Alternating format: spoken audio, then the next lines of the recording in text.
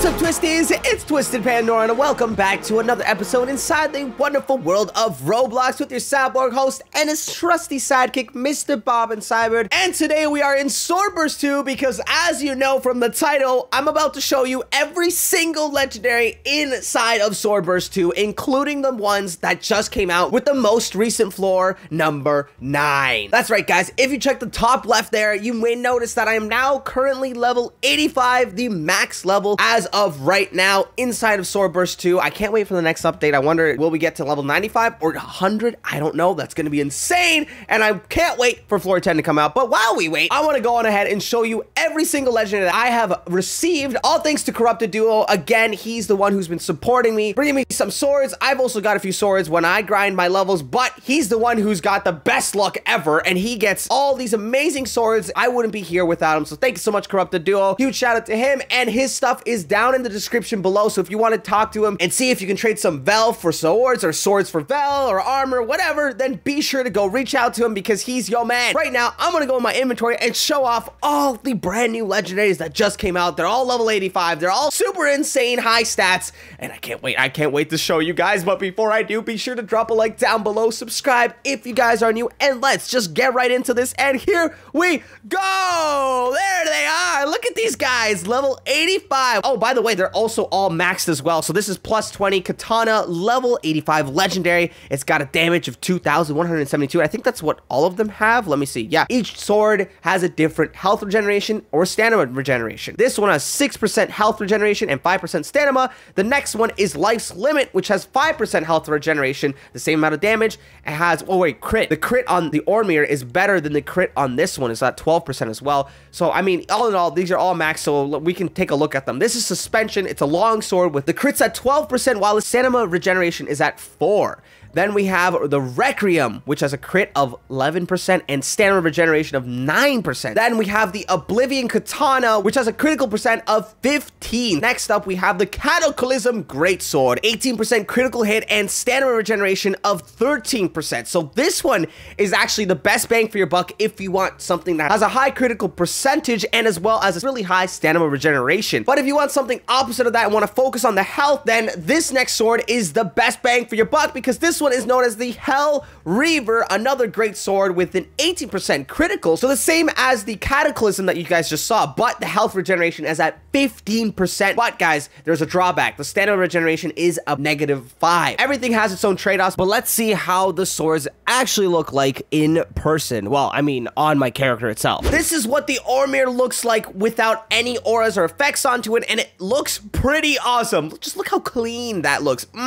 Might as well activate everything else we got in our inventory, including the Life's Limit. Ooh, this one actually looks pretty cool. It's got a little flower at the end of it, and then it's this big, almost ruby-like structure with a yellow middle. So all in all, it looks pretty awesome. And you could chop down trees with it because of the flower power. Well, I wish you could. But let's put on another one, and the next one up is the Suspension. But the thing with this one is you can put it not only on your left, but also your right. And that's why I have 2 of them. And look at these. They look like massive razor blades. Boom, boom, boom. Ka-chow! Moving on to the next sword, we have the Requiem. Looks like a massive keyblade, so it looks pretty cool. This gives me some Kingdom Hearts vibes. This looks like a normal katana, but at the same time, it is really long, and it looks pretty well polished. We're gonna move on next to the Cataclysm, one of the best ones out there, and it is essentially a big scythe. Chop wheat or your enemy's heads off, whichever one you choose. I prefer the wheat. And it looks so heavy that I'm like crouching down. I'm like, oh, my back is hurting, and it's too much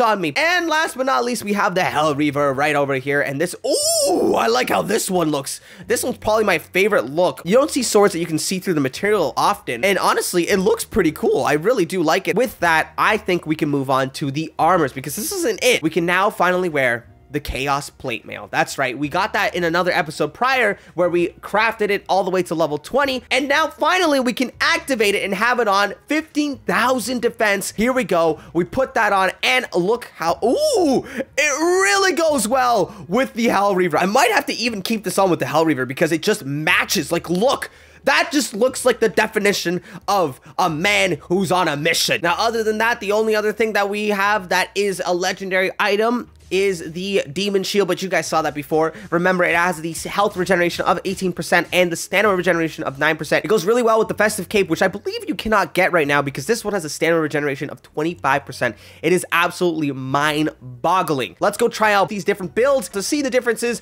when we are in floor number 9. We're gonna start off with the Cataclysm, because with this sword, we're gonna see how long we can hold on to a shield for while fighting floor 9 mobs. So here we go. Gonna activate that shield and just fight. Let's see as well as how good this defense is. Oh my gosh, they're doing like no damage whatsoever to me. This is absolutely amazing, and I'm doing so much more damage than I was before at level 75. Wow, they're both dead. Basically, you can tank 2 to 3 of these mobs easily with losing practically nothing of your health, only losing pretty much your stamina. And before you know it, it'll be back up again. You can activate your shield and start whacking these guys with the Cataclysm yet again. Oh, here we go, guys. Now, keep in mind, I'm going to wait till it runs out. Okay, here we go. We're not going to use our shield, but as we can see, it is holding out a lot better than the last set of armor that I had prior to this. And here we go. We're just going to activate our shield again, and we have nothing to worry about because our health and stamina regeneration are pretty much impeccable. So now that we've seen how it works with having high stamina,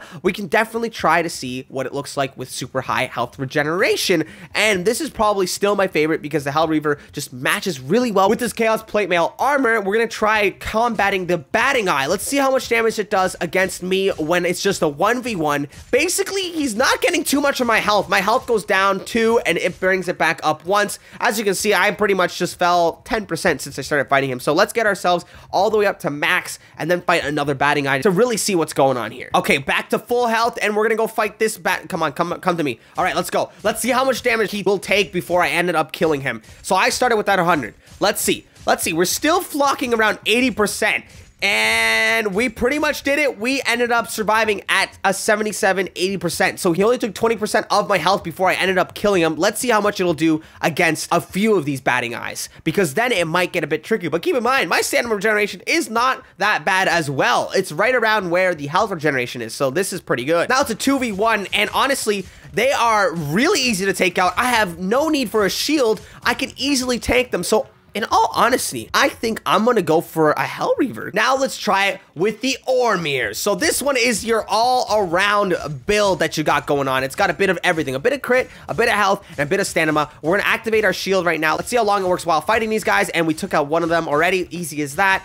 And honestly, the Ormir is, I feel, is even better than the stamina build. So for some reason, I do like it better when we focus more on health than stamina, because I feel like your health matters more than anything. So that's just my 2 cents in it. I don't know, you can do whatever you want if you have any of these legendaries, honestly.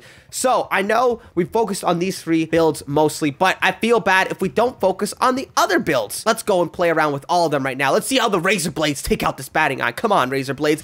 Ka-chow, ka-ching, ka-choo. The problem with having 2 hands is if they're both not max level, then your max damage will actually go down. So that's the kind of sucky part about all this. Honestly, I'm holding my own without even using a shield against all these guys. Before, I couldn't do this back when I was only at level 75. Let's try on the Life's Limit, and oh my, wait, what? Oh, we have the Life's Limit and the Razor Blade on at once. I forgot that the Life's Limit, you could also have 2 in one hand. I pretty much, I should have gotten 2, but oh well, guys. It's okay. We're just rocking 2 swords at once. It looks pretty cool, almost. Let's see how it looks like when we put it away. It looks all right. I don't know. Probably looks much better if we have 2 Razor Blades in my back pocket. Let's see. Oh yeah. That looks cool, especially with the shield there. The Oblivion. Ah, don't forget this one. Okay, gonna activate that. And now I'm gonna cut you guys up. My stamina has fallen a bit, but that's okay. Oh gosh, there's a lot of these guys. Uh-oh, I let them take too much damage right at the beginning, and I might fail from this. Take him out. Hurry. Come on. Okay, we took out 2. This one's done. Bye-bye. Say your prayers, Batting Eye. That's right. And last but not least, we're not going to forget about the Keyblade Requiem over here. Let's take out this Batting Eye with it. Pa-chow, pa-ching, ka-choo. But anyways, guys, for me personally, I just really like the Hell Reaver and the way it looks with the armor. And also, I feel like it does the best because with the Hell Reaver on, with the Demon Shield, and as well as the Festive Cape, your health and your stamina end up being around 30%. So I think this setup right here is pretty much the best all around you can get. It also has a critical rate of 18%. So So, hey, that's pretty good. And all in all, guys, this was just more of an in-depth look at all the new swords that came out, all the legendary swords, and what they can do, how they look like, their abilities in Swordburst 2. So this was more of an informational video than anything else. So if you guys enjoyed this video, be sure to drop a like down below and subscribe if you guys are new to the channel. If you want to see more of this style of videos, let me know down in the comments, because this was a bit different than what I normally do on this channel. But anyways, for right now, this is Twisted Pandora signing off of Floor 9 in Swordburst 2. We'll see you all later in Floor 10. This is Twisted Pandora signing off, and as always, don't forget to stay snazzy!